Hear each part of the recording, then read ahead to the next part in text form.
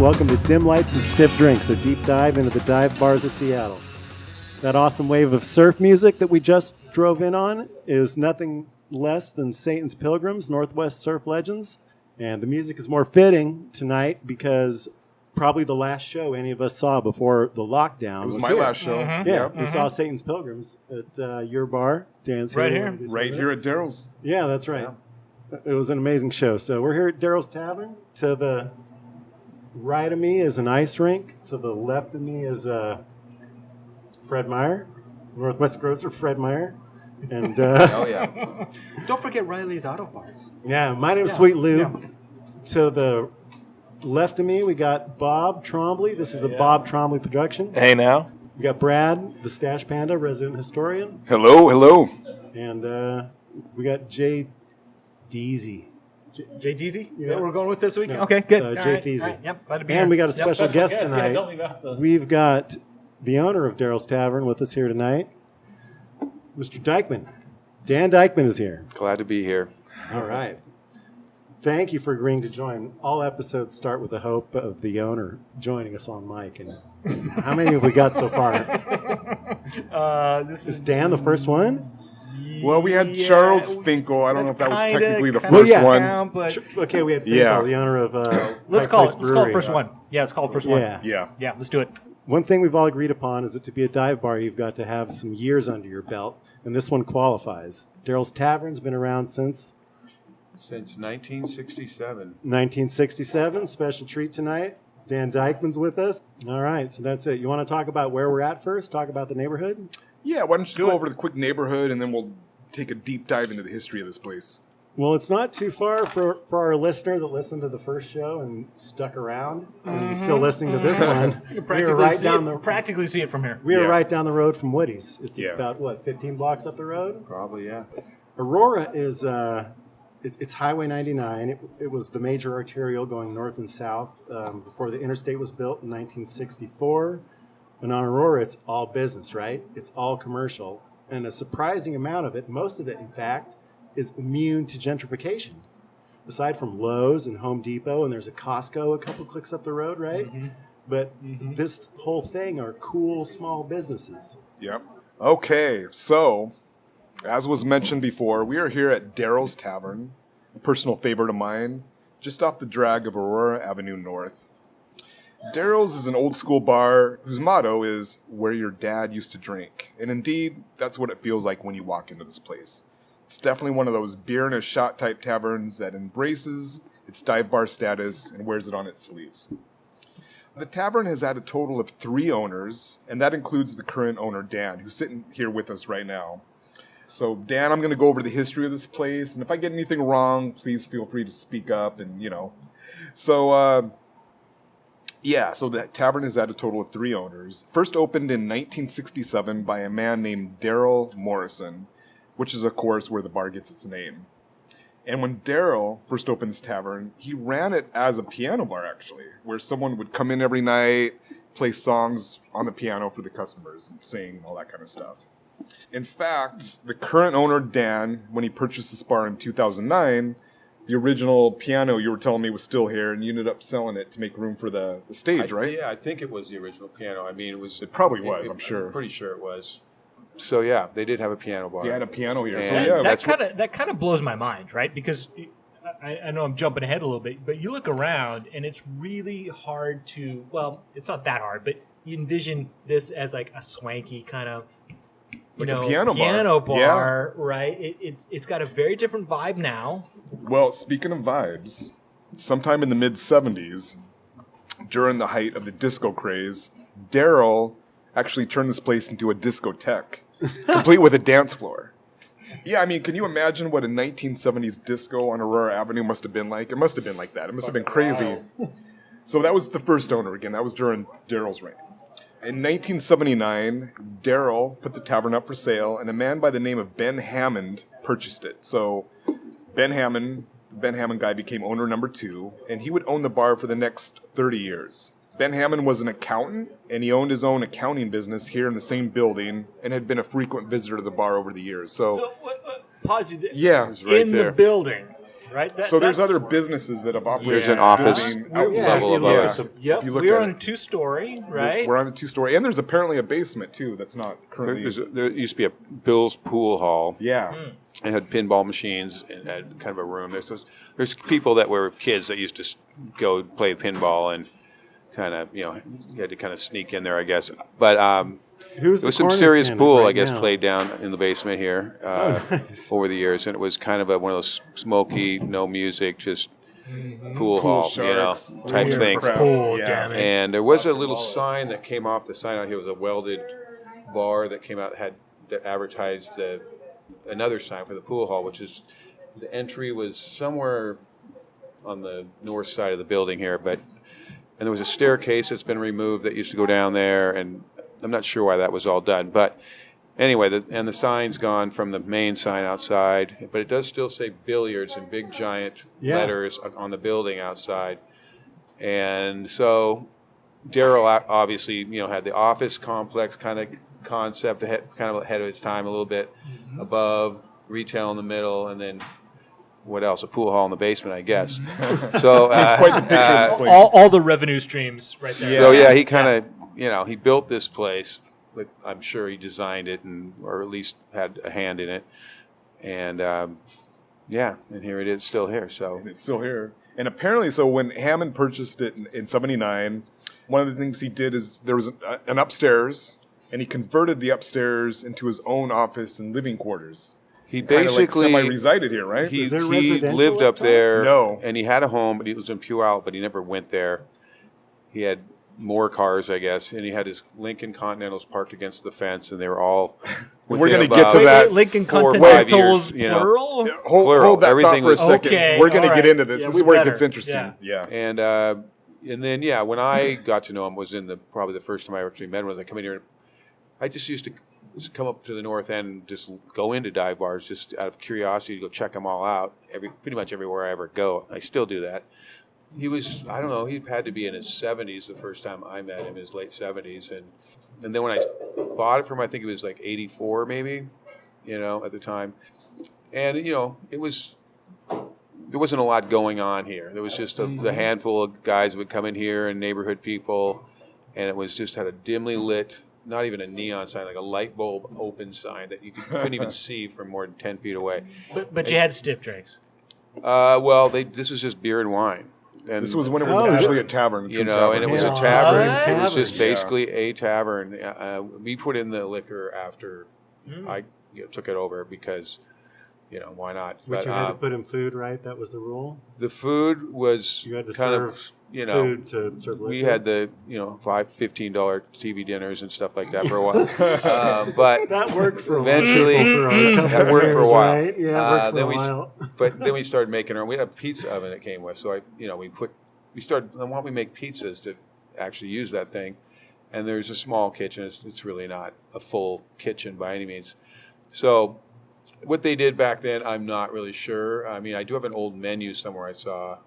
Now, here's where the history gets interesting about this place. So there was a long-standing rumor that this Hammond guy worked for the local mob and helped them by using his accounting skills to cook their books. Oh, he was a mob allegedly. accountant? Allegedly, That makes Lou. sense. Allegedly. I know a lot of Don't, accountants. Allegedly. don't be throwing Allegedly. accusations I know a out there lot of like that. accountants. None of them buy bars. Yeah. Makes It doesn't happen. it's You're a good- bar it's guy good if you story buy a for bar. sure. I know it's a You're stretch a of the mob imagination. Accountant, if you're an accountant, buy a bar. Yeah, no. So that was the word on the street. Never the two shall mix. Is that Nope. what you're saying? Yeah, no. No. Okay. Never. Whatever. I've never seen it. So that was the word on the street. And apparently, as Dan was talking about, this place was really dark. The sign out front wasn't lit up. There was, like a dimly lit open sign to barely let you know that it was open at all. So if you were passing by this place during this era, you could easily think oh, okay, that's one of those out of business type places. Dan, I want you to tell the story about I think it was the first time you came in here and it was like something out of a movie where, the music stopped and everyone turned and stared. Yeah. Oh. Yeah, I mean, I worked down in Fremont. All these neighborhoods were real popular at the time, still is, obviously. So my days off, I didn't want to necessarily go to those neighborhoods and same place you work. So I would go looking around for a quiet place to have a beer, and just chill out. And I would go various places. And this one was, I just drive by and, there's something mysterious going on in this place. I got to check it out. So I did. And you walk in, and it's just kind of like, it's silent. The jukebox didn't work. There's a little TV that sat on a little platforms with a chain holding it up, and it was an old school TV, and a bunch of guys are sitting around the bar, and maybe there'd be, one of their wives or something like that, and you just walk and everybody just kind of stop, look at you, and it wasn't one of those, the movie thing where everybody stops and the turns, record needle, and you walk in like all eyes are on you, and you just kind of, how's it going? And you sit down. It didn't bother me. I mean, that happened at other places as well. Mm-hmm. And I would just it's every place grab a seat and, start talking, order a beer, kind of mind my own business the first few times, mm-hmm. obviously. Mm-hmm. And then. Well, back to this Ben Hammond guy, Ben Hammond era, right? So he's running this like a private club. Disco, visitors are not welcome. This is post-disco. And then the other part you alluded to earlier, so Ben Hammond, so he was a big fan and his customers of Lincoln Continentals. And so the parking lot was always full is that why of Lincoln Continentals. If you look at pictures on your Google machine, you can find old pictures of it. The first 3-4 that pop up are parking lots full of Lincolns. With a couple caddies thrown in for good measure. Oh, that's why that is. So I didn't even notice they were all Lincolns. I was like, all 70s cars. They're all 70s Lincolns, yeah. Which doesn't exactly dispel the rumors on the street that yeah. You know what I mean? Big black cars. Yeah. So a darkened place. Big ass guys coming out that operated more like a private club where, run by a shady accountant who was rumored to be working for the mob with a bunch of Lincolns and caddies in the front. So you kind of get the picture right there. Dan also shared with me, and you can talk more about this, that when you purchased the place, I think you went to pinky rings everywhere, trench coats, and tight track suits and stuff, black socks. Well, so Dan, when he first went to this place, went to the local county auditor's office because you needed to pull some old paperwork in order to get a sense of what licenses and paperwork was needed for this place. Man. And it sounds like there were all kinds of, shall we say, anomalies that you and the clerk found in the paperwork. They couldn't find it. I mean, they literally go, what is this place? Where is it? What's it called? They just. I'm sorry, it was like exist. It dropped off the. Like they had the inspections for the normally, health inspector. None of that. I mean, they had copies of old menus that were just yellow. It was just they eventually found some file like literally in the back room. They dug it up somewhere. And they showed all this random stuff, and I was just like, I'm pretty sure, having known him fairly well at that point, I was like, he probably just did not answer the door. The thing where somebody knocks on the door to come and inspect something, and you just never go away. You just either tell them to go away, or you just hide. You just stand there and watch them, or and maybe never it answer actually the door worked like a city's supposed until to work, the guy where gets. You just and eventually they just don't guy. come around anymore. They just sort of and it was in the That's era where it wheels. was still kind of one of those things where it hadn't been computer. Everything was still on paper. Yeah, it was right in that transition thing before things had databases on things. And it was you could bribe they would just bury the file and forget about the place. Back when men can make agreements with each other. So now, as a business owner, this has got to be some big fucking red flags, right? Well, I didn't really care not because really, that's all I mean, that was all. Matter, right? I mean, I'm going. I thought it was interesting. I didn't care really because it was. I was going to totally. It didn't have any business. Really. I wasn't inheriting like some thriving thing. It was like it was just a private club, like you said. It was just kind of like. I would be super scared that this shit would come in back. No, but just going forward when you buy the. Well, they didn't really do anything. When you buy a bar, you buy the assets bad of the that there was any real record of that I know of, or there was any. As far as I know, everything was. It was fine. As far as any. You didn't have any concern, like whatever. I just all I was doing was signing a lease to take over the business, and and that was it. And it was.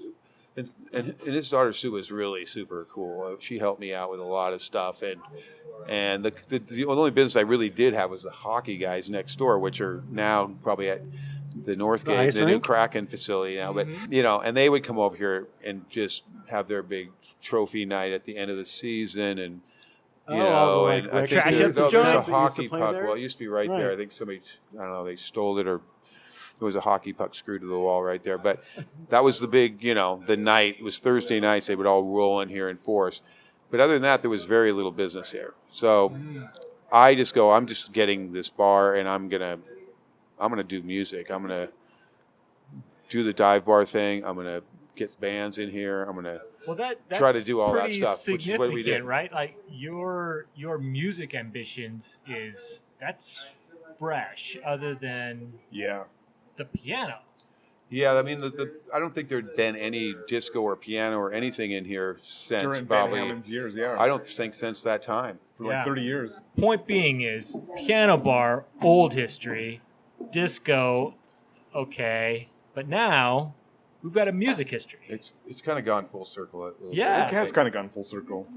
and it is popular as a music venue at this for the last Hell yeah. 10, 12 years. So Yeah, it is the music Hell venue yeah. And up we're still- north. It's one of the best. It's one of the best, new yeah. up and coming bands are playing here, as well as well-established go over Seattle that bands are later. playing here. So Yeah, so going back to your story, so it sounds like you purchased the bar from this Ben Hammond guy in 2009, was yeah, it? Yeah, the very His health started to decline. October of 2009. I think October we of actually- 2009. Yeah.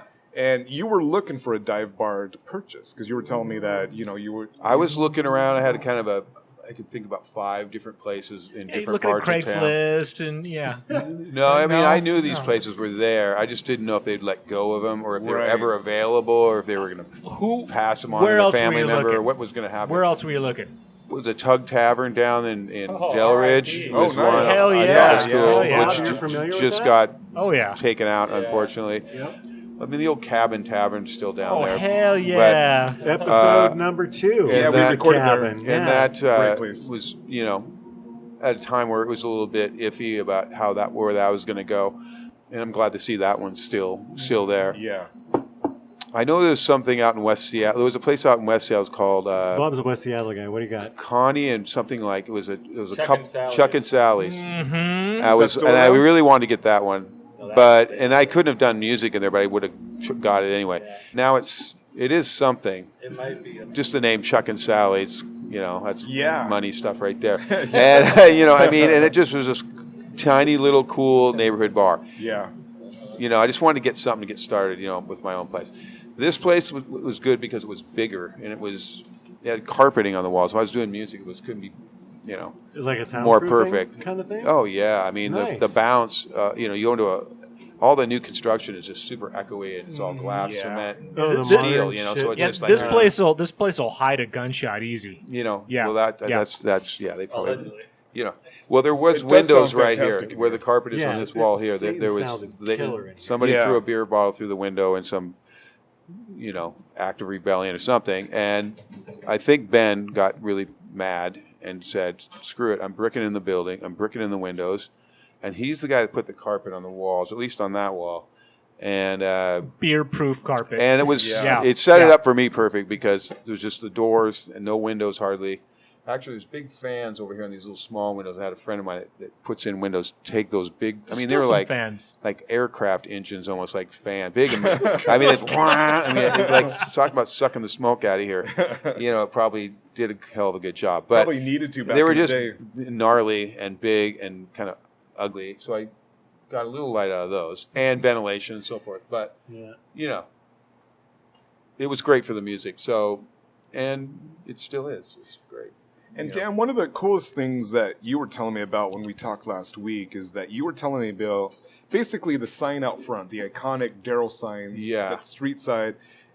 It sounds like that was almost ready to be demoed, and That you thing kind of was- saved it. Can you talk about that? Yeah, that's the one thing I didn't really realize. I knew that they had, the parking lot went right up to the road, and when they put the new sidewalks and stuff in, they had sold 8-10 feet or whatever to be able to have the offset from the road and put the Right. sidewalk and all that stuff in.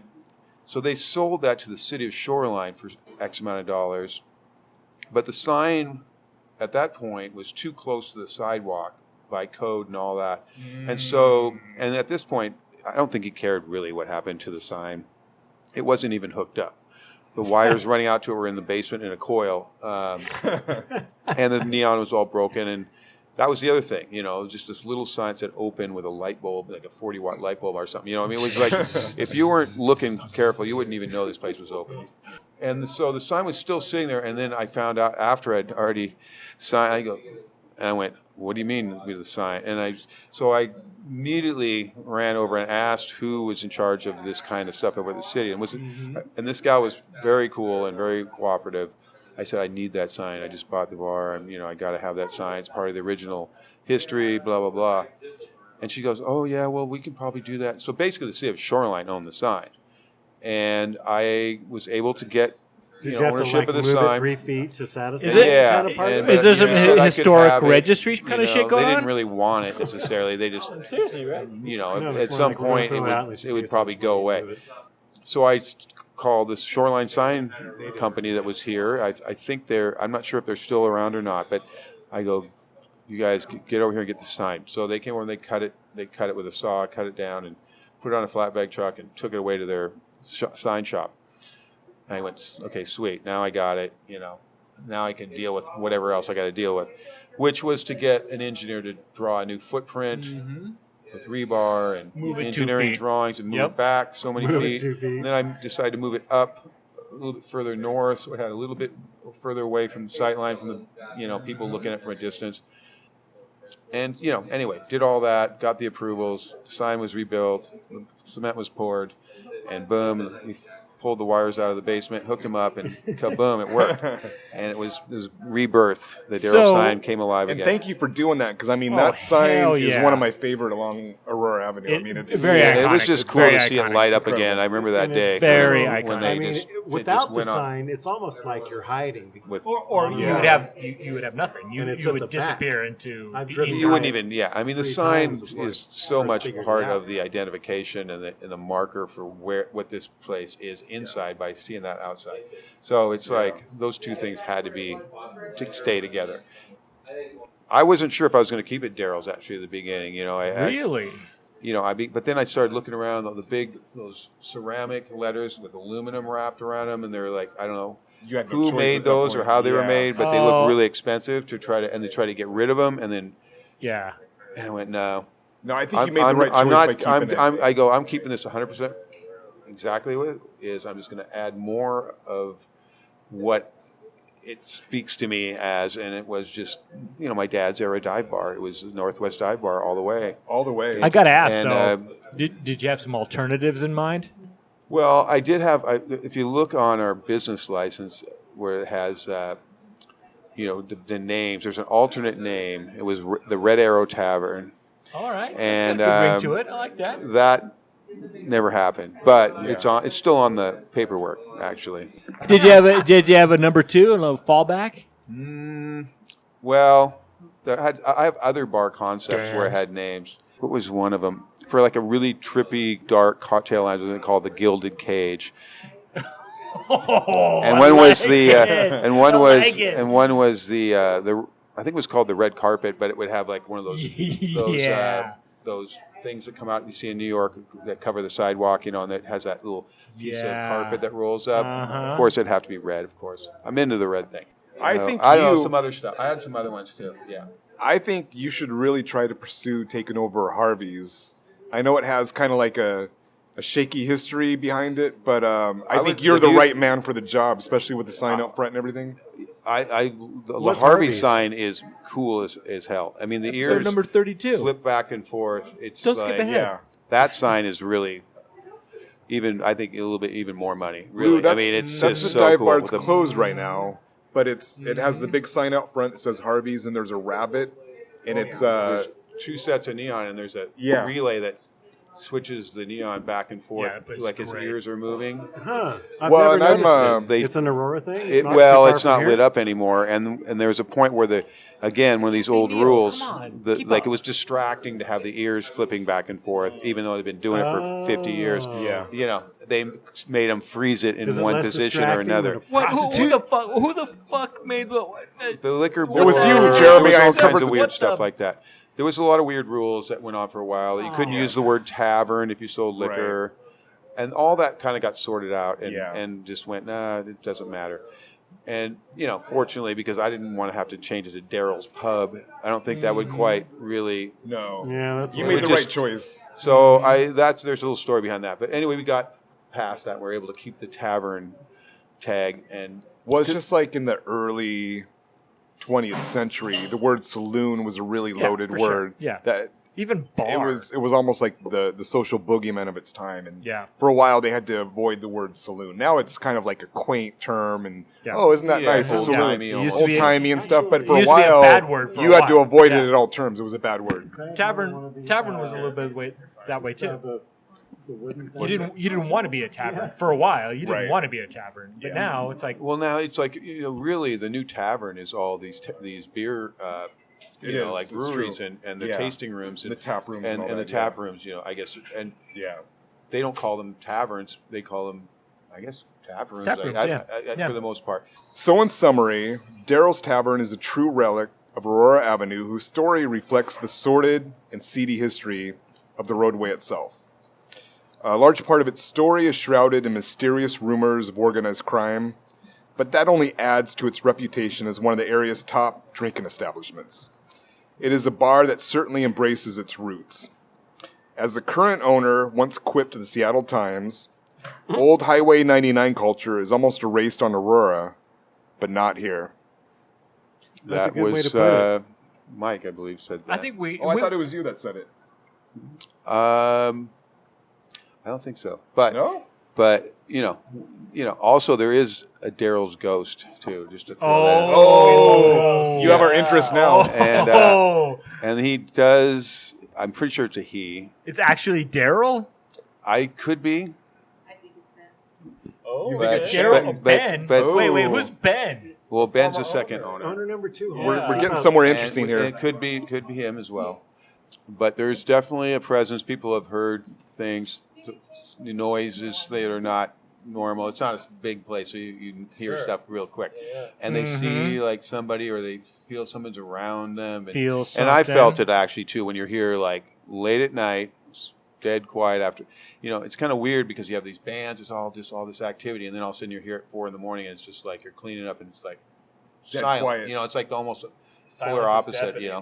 And you're just sitting here, and then all of a sudden, and it's typically when you're by yourself, you'll feel this presence. And I grew up in a lot of old homes too, where it had a lot of people saw people sit on their beds. My family, like old houses. Late 1800s, early 1900s houses. Sure, yeah. And I've always felt these presence in these whole. And so when you feel these things, you're going, there's something going on here. But it's obviously a friendly presence. It's not doing anything weird, but maybe just giving you a little scare now and then. Just letting you know it's around. It was probably Darrell, or maybe it was Ben. I don't know, or maybe it was some other guy. I have no idea. But there's a little bit of that in any old it could just building be a guy or passed place. out in the booth that you didn't notice was still here from last night. Yeah, that could be the regular that was here for 30 years or something. Who knows? Let's go with Darrell. Well, it's funny because up the road at Woody's, there's allegedly a heroin addict ghost that haunts the upstairs of Woody's. Mm-hmm. And the story about it is that back in the 70s, the upstairs of Woody's, it was the Echo Lake Tavern back there. Right. Was kind of like a lot of heroin addicts would go up there. It was kind of a heroin den of sorts. And someone, of course, had an overdose at some point and died. And that ghost of that lady that overdosed apparently still haunts up there. And there's a couple regulars there that swear that they've had encounters with this heroin ghost. So it's interesting. I wouldn't be surprised. I think these things do. I do too. Perpetuate themselves in really old. I do too. Energy that builds up in an old space over time. Right. Surely Darrell's has a ghost of a Lincoln Continental. Well, we have pictures. We have lots of pictures of the Lincoln Continentals. I saw them myself. They were there. Yeah. I was even actually Sue, his daughter, offered me one of them when he offered you a Lincoln Continental. Yeah, she said, "Well, we got." It's like being we don't know what to do with with all these what Lincoln the Continentals. hell? Right? You're like, I already have too many Lincoln Continentals. now I'd probably maybe do it. I don't know. At the time, I was going, I don't have money for new tires. Even it would just. I do think we need to like associate Lincoln Continentals with Darrell's. Oh, is that fair? Is that fair? That was one of the things people always noticed. Even if they'd never come in here, they always saw the row of Lincolns parked against. Yeah. I always wondered. Yeah. I think it scared a lot of people. In fact, I talked to a gal that remembers. Not even that long ago, her boyfriend or whatever said, let's go to Darrell's, and she said okay, and they got like a coupon or something, and they came up and they parked too many Lincolns. She like was very had a moment of fear where she wasn't sure she wanted to actually follow through and go. She didn't know what she would find inside here. Yeah, and then when she came in, she was, oh, actually, this is cool, but there was that mystique of mayhem and fear or whatever, was definitely there. Well, it's like rolling into a bar that's got like a row of like old school Harley choppers or something out in front. Yeah. You're like, You just make an instant assumption. Yeah. Am I going to be welcomed in this bar? Are these nice people or not? Yeah. Then you go into the bar and you're like, oh well, fuck yeah, this is great. Yeah. Everybody's cool. It's all good. Yeah, it's like when you think of it as a piano bar, though, it makes sense because this place is very Art Deco, right? Like it's got a weird giant design of that's bar. always wondered about. Jeremy, tell us what we're bar. drinking and tell us. Oh my god! It looks like it's from like Pittsburgh or something. Like. The way from the outside. Well, describe this bar. It doesn't really fit the Northwest from the outside. It looks very. It does look more East Coast. Yeah, I agree. Yeah, I agree. Yeah. We were just talking about that before we started recording. That the decorations, both now with a holiday theme, which is awesome, but even without the holiday theme. It's very comforting. You walk in here and you're just like, that's a good way to describe it. Damn How good. How would you describe that bar in the center to a blind man, Jeremy? Oh my god. Well, first of all, the lighting. So, our podcast is Dim Lights and Stiff Drinks, and this lives up to that name. And the lighting in here if is they turn off the light above the pool just table, fucking pitch perfect. It's perfect, right? You've got some 70s. Crazy ass chrome and glass Sears. balls, Sears. Those are Sears chandeliers. Chandeliers. There's like 20 of them. And holy shit. And there's a Blatz beer chandelier in the middle. Well, the beer signs in this place are my favorite of all local dive bars. Holy shit. Yeah, describe that, the Schlitz Saturn. No, that one's from 1962. Hell yeah! I used to turn when I first got it. It winds up like an alarm clock. 61. Can you fire it up? But it doesn't rotate anymore. No, the motor finally died, and it's a weird Damn it. motor because it would go click, click, click, click, click, click, click. I'm pretty handy with stuff. I know a guy. I know a guy who can fix that. The motor would just be enough to keep it spinning once you clicked it to get it going. Crazy. It was really weird. It had this sounds like my thing, bathroom and you could fan. tell, you could feel it. Okay, that's going. And then it starts spinning. It got weaker and weaker and weaker, and finally it just stopped spinning at all. But and then I thought, well, I could probably find some other motor and retrofit it somehow, and maybe because I doubt you can find that particular motor anymore. It's the old pinball guys. Pinball guys will fix that shit up. Yeah, I'm actually trying to find. I am on this Facebook group. I need to get more. We know the guy who runs Have Shorty's. Avow come do it. That We'll hook you up. Football connection for you. Yeah, we'll hook you up. Guys that repair these old beer signs. There's that the Miller sign over there turns around and lights up, and it's it's a great sign. And you got some motion magic signs in here too, right? There's a couple of them. There's one I got to put back over here. It's one of the Millers with the bouncing balls. Yeah, I remember that one. Yeah. I have it. Is Motion Magic that dance troupe you're in, Jeremy? Yes. Hey, what you drinking, Dan? It's your joint.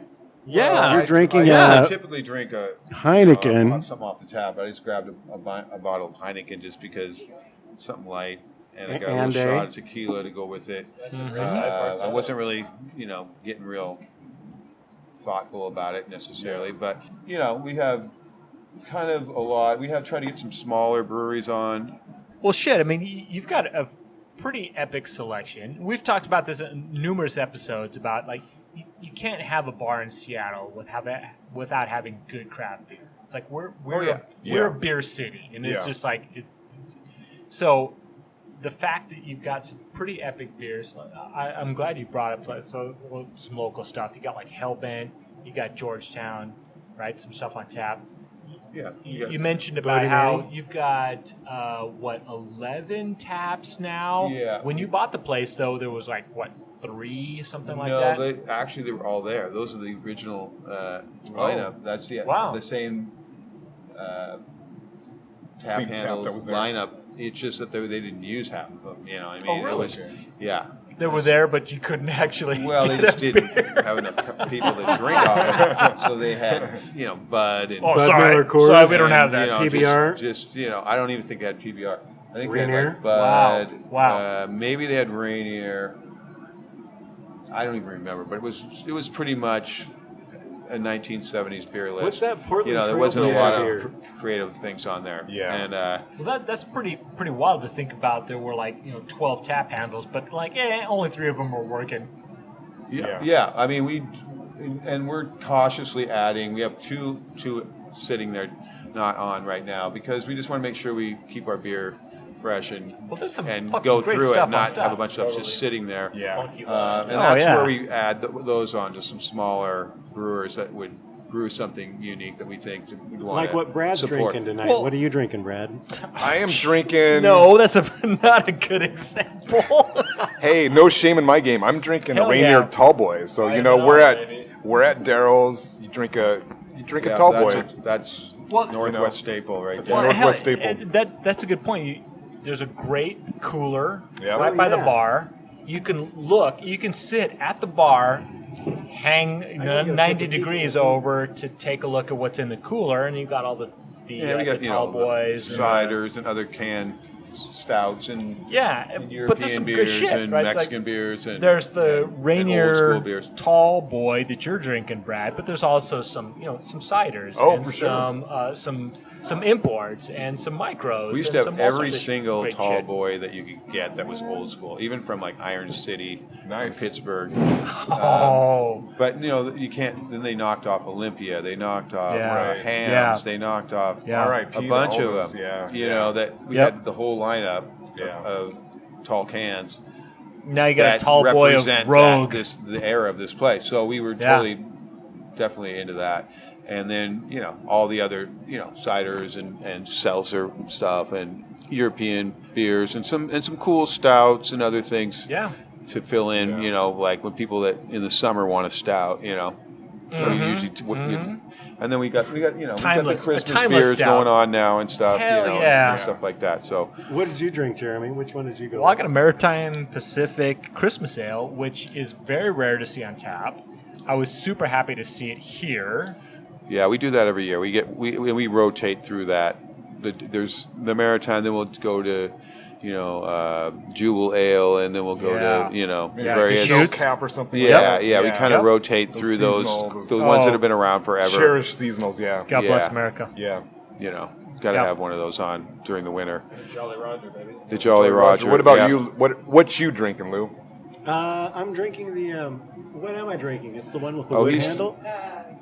Shelter in place IPA from Hemlock State. Hemlock Shade. Hemlock Oh, State Shelter Brewing in God, place. in Mount Lake Terrace, right So up I there. assume it was brewed in the last year and a half. Shelter in place. Yeah. IPA. I think that's kind of where the name Some came fantastic from. logos. Yeah, that's Yeah. an awesome name. It's delicious. Yeah. And I think it's pretty high octane, right? That one I think only I about think it's 6.5. right in the middle there somewhere. Oh, yeah, okay. You can go to sleep now. Five, Yeah. 5.5, something like that. Yeah. What we drink in is typically beers, right? We're all a bunch of beer guys. We all sit around and come here to a dive bar and drink about some beers and shit. But we kicked this off starting about, we got some beers, but we also have a couple of shots of Maestro Doble tequila. which was just a weird Say it pick I again? grabbed off the. I think that's significant And, because you know- we actually talked about this in a couple of Maestro other episodes Doba? too. Like, this is a Northwest dive bar, so we've got some pretty fucking good tequila. Yeah. And you still That's- got Jameson and McClellan. And, Yeah, we Yeah. got some decent Scott. I mean, We got some good Scott. We got some yeah. decent stuff for somebody that wants to Hell yeah. delve into it. But we're All right. Anyway, Jeremy, God.